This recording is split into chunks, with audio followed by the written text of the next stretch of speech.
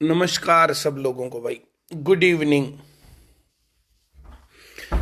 मैं तो अपना दूध दूध पी के सोने के मूड में था, तभी जो है जैसे ग्रुप्स देख रहा था तो उसके अंदर जो आया बड़ी खुशखबरी। ठेके रात 10 बजे तक खुलेंगे।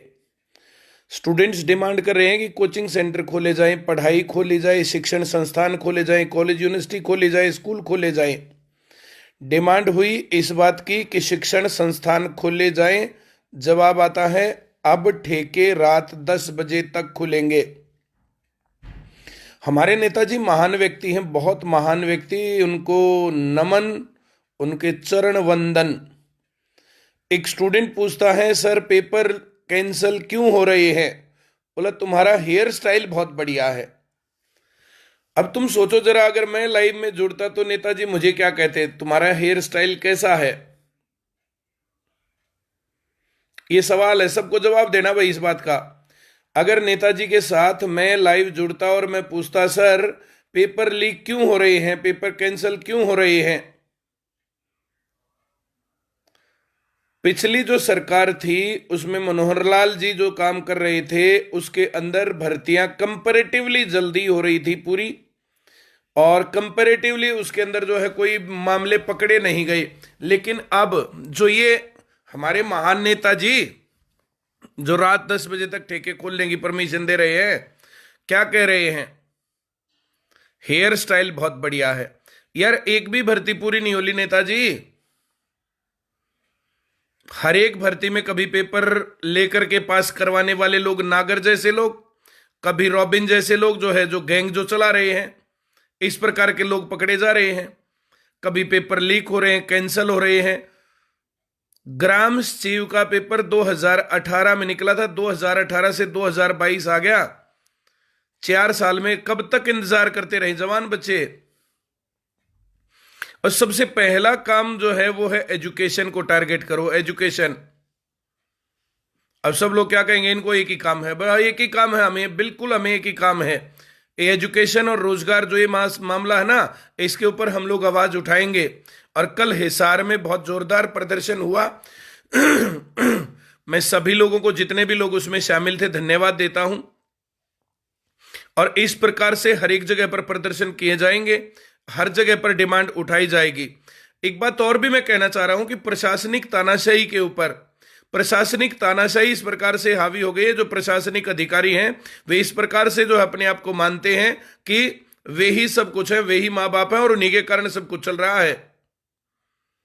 कल वहां पर हजारों की संख्या में युवा थे, लेकिन डीसी हिसार महोदया को यह जरूरत नहीं महसूस हुई कि वो जाकर के लोगों की भावनाओं को समझे, उनकी बातों को सुने। जो ये लोकतंत्र है, लोकतंत्र का जो ये मामला है जिसके अंदर लोगों की सुनाई जानी चाहिए, सुनी जानी चाहिए, जनता के लिए, जनता की, जनता के द्वारा सरकार की अवधारणा को अगर जो सही किया जाए तो वो काम हो नहीं रहा। गुस्सा तो आएगा ना साहब। शिक्षण संस्थानों को खोलने की मांग की गई, दारू के ठेके रात 10 बजे तक खुलेंगे। लॉकडाउन में ढील होने की शुरुआत हो गई, ये अच्छी बात है, it is very good thing. लेकिन कहां से? ठेकों से। दूध, ब्रेड, चाय सब चीजें बंद रहेंगी, ढाबे बंद रहेंगे, सिर्फ ठेके खुलेंगे रात 10 बजे तक। बाकी सब चीजें 6 बजे बंद हो जाएंगी। 6 बजे से 10 बजे तक शहर में एकमात्र ठेके खुलेंगे, उसके अलावा कुछ भी नहीं। आज जींद की खबर है कि बाइक थोड़ी सी दूर खड़ी करके और बच्चे चुपचाप अंदर पढ़ रहे थे तो वहां पर जो उसका चालान काट दिया गया। अरे पढ़ने वाले बच्चों को चोरी से पढ़ना पड़ रहा है और ठेके सरेआम खुले रहेंगे और फिर कहेंगे मेरा भारत महान, देश तरक्की कर रहा, देश आगे बढ़ रहा है। अरे कुछ तो शर्म करो। सभी नेता, सभी प्रशासनिक अधिकारी, इनकी आंखों में चर्बी चढ़ गई है, इन्हें किसी चीज की कोई कदर नहीं रही है। जनता का, जनता के द्वारा जनता का शासन सिर्फ कहने की बात है। ये दुनिया के सबसे बड़े लोकतंत्र का सत्यानाश पीट रहे हैं। लेकिन हम भी धीरे धीरे धीरे धीरे एक एक चीज को लोगों तक पहुंचाएंगे, लेके जाएंगे। तुम करो शिक्षण संस्थानों को बंद, हम दिखाएंगे तुम्हें पढ़ा करके। अगर एक एक युवा को पढ़ा करके काबिल नहीं बना दिया, एक एक युवा को पढ़ा करके इस लेवल पर नहीं पहुंचा दिया कि हां वे अपने जीवन में नौकरी पा सकते हैं, वे अपने जीवन में अच्छा करियर बना सकते हैं, एक एक गांव में जाकर के एक एक बच्चे को पढ़ाएंगे और बहुत सस्ती कीमत पर। नेताजी 250-300 गांव तक बात पहुंच गई है, 250-300 गांव में जाकर के बच्चे पढ़ने लग गए हैं। बनी सिरसा गांव, वहां पर आपका एक चमचा, बेहद घटिया आदमी क्या कहता है कि यहां पर बच्चे पढ़ रहे हैं, सरकार के आदेशों के बावजूद बच्चे पढ़ रहे हैं। तो भाई साहब ये बच्चे पढ़ेंगे, सरकार बेशक से बंद कर ले, बंद करने के बावजूद हम ऑनलाइन पढ़ा देंगे। तुम ठेके खोलने की खुशियां मनाओ, हम तुम्हें बच्चों को पढ़ा करके दिखाई देंगे। ये तुम्हारी और हमारी दौड़ है। आने 10 साल के बाद इस बात को देखना, अगर 10 साल तक जिंदगी चलती है ना, तो 10 साल तक बात को देखना पढ़ाई को हम किस लेवल पर लेकर के जाएंगे। भारत को विश्व गुरु बनाना है तो अच्छे लेवल की शिक्षा का काम करना पड़ेगा। और मैं आप लोगों से पूछ रहा हूं, पिछले 30 साल में अगर शिक्षा के ऊपर एक भी काम अच्छा हुआ हो तो मुझे बता दीजिए। ये एक टीचर का खुला चैलेंज है आप लोगों को। एक टीचर का जो है आप लोगों से जो है ना वायदा है, देश के लोगों से, देश के युवाओं से, देश के छात्रों से, देश के बच्चों से, हम पढ़ाई को बेहद सस्ता बनाएंगे, सर्वसुलभ बनाएंगे, हर गांव गांव तक लेकर के जाएंगे। देश के युवा, देश के छात्र, देश के बच्चे बिगड़ते तब है जब उनके सामने कोई रास्ता नहीं होता। किसी भी गांव में पढ़ाई का क्या साधन है? किसी भी गांव में जाकर के बच्चा पढ़ना चाहे तो क्या कर सकता है? हर जगह पर बहुत सस्ती कीमत पर, बहुत बढ़िया क्वालिटी की, एक नंबर की पढ़ाई लेकर के जाएंगे। 5वीं क्लास से और 12वीं क्लास तक की पढ़ाई हर गांव तक। तुम खोलना ठेके, हम नहीं जाने देंगे ठेकों तक बच्चों को। अब तक के जितने बच्चे बिगड़ गए ना, वे बिगड़ गए, आगे नहीं बिगड़ने देंगे।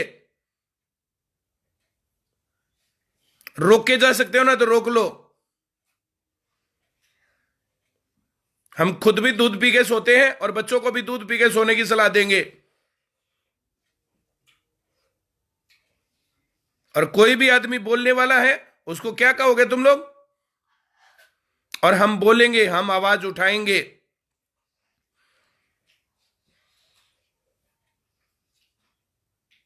बहुत बहुत धन्यवाद। सभी लोग जो ना शेयर करो वीडियो को और बताओ सबको कि हमारे नेताओं को हमारी शिक्षा के शिक्षण संस्थान खोलने की डिमांड के ऊपर ठेके खोले जाते हैं। और जब ये पूछा जाता है कि पेपर कैंसिल क्यों होते हैं, तो तुम्हारा हेयर स्टाइल बहुत बढ़िया है। वाह, सही। कम से कम सोशल मीडिया ने इतना तो कर दिया, सब लोगों तक ये बातें पहुंच रही है। चलो छात्रों, सो जाओ, पढ़ो, ऐप पर पढ़ाई कंटिन्यू रखो। ऐप के ऊपर इस हफ्ते और जो है डिस्काउंट रहेगा, 3-4 दिन और रहेगा डिस्काउंट। उसको तुम लेकर के जो है, जिसके पास नहीं है फिर बाद में मत कहना। लगातार कंटिन्यूअस मैसेज है मेरे पास, सर 2 दिन और बढ़ा दो, 3 दिन और बढ़ा दो, तो इस वीक और चलेगा और उसके ऊपर पढ़ते जाओ। इस पढ़ाई को हम लोग नहीं मिटने देंगे, नहीं झुकने देंगे। और पढ़ा लिखा काबिल आदमी है, जो ये शिक्षा है ना, ये शेरनी का वो दूध है जिसको जो पिएगा वो दहाड़ेगा। बेटा ये तुम्हारे अंदर कॉन्फिडेंस लेकर के आएगी। मेरा जो ये कॉन्फिडेंस बोलता है ना, ये कॉन्फिडेंस कि हाँ ये पढ़ाई देश को बदलेगी, ये जागरूकता, भगत सिंह का वो संदेश कि इस संदेश को गांव के कोने कोने तक पहुंचा दो, देश की दूर दराज की बस्तियों तक पहुंचा दो कि जो बच्चा पढ़ेगा, जो बच्चा काबिल होगा, वो बदलेगा इस देश को। हम लोगों को सिर्फ क्लर्क नहीं बनना है, हम लोगों को सिर्फ मल्टीनेशनल्स कंपनी में जाकर के एम्प्लॉय नहीं बनना है, हम लोगों को दूसरों के सपने पूरे करने वाला नहीं बनना है। हमें अपने आप भी सपने लेने हैं और अपने उन सपनों को पूरा भी करना है। अब तक हम सरकारी नौकरी की तैयारी करवा रहे थे, आज भी कितने सिलेक्शन है, हर रोज का काम है सिलेक्शंस का। लेकिन अब इसके साथ स्कूली एजुकेशन भी चलेगी और बच्चों की रूट्स को ही मजबूत बनाएंगे, उनको सही रास्ता देंगे, सही मार्गदर्शन देंगे, उनके लिए अच्छा साहित्य निकालेंगे। प्रेमचंद का, भगत सिंह का, मैथिली शरण गुप्त का, जयशंकर प्रसाद का, जो भारतीय राष्ट्रीय आंदोलन के दौरान अच्छे कवि रहे हैं, लेखक रहे हैं, उनको दोबारा से जो कि मिटा दिया गया है। बड़े शर्म की बात है, अधिकतर लोगों ने जो प्रेमचंद को नहीं पढ़ा हुआ, बड़े शर्म की बात है, अधिकतर लोगों ने भगत सिंह को नहीं पढ़ा हुआ। भगत सिंह की जेल नोटबुक बहुत सारे लोगों को पता ही नहीं कि है भी। तो इन चीजों को हम लोग सर्कुलेट करेंगे और आप लोगों का साथ इसमें चाहिए। ज्यादा से ज्यादा लोग, जितने लोग इसको देख रहे हैं और जिन्हें लगता है कि हाँ एजुकेशन के ऊपर काम होना चाहिए, देश के ऊपर काम होना चाहिए, देशभक्ति के ऊपर काम होना चाहिए, बच्चों को अच्छा साहित्य सुलभ होना चाहिए, तो वो सारे काम हम करेंगे और धीरे धीरे एक एक चीज को हम आगे बढ़ाएंगे। हमने कुछ किताबें लिखी है, कुछ किताबें और लिखेंगे और कुछ लोगों के साथ मिलकर के इसको जो है और नेक्स्ट लेवल तक लेकर के जाएंगे। नहीं रुकेंगे, पढ़ाएंगे भारत को। धन्यवाद।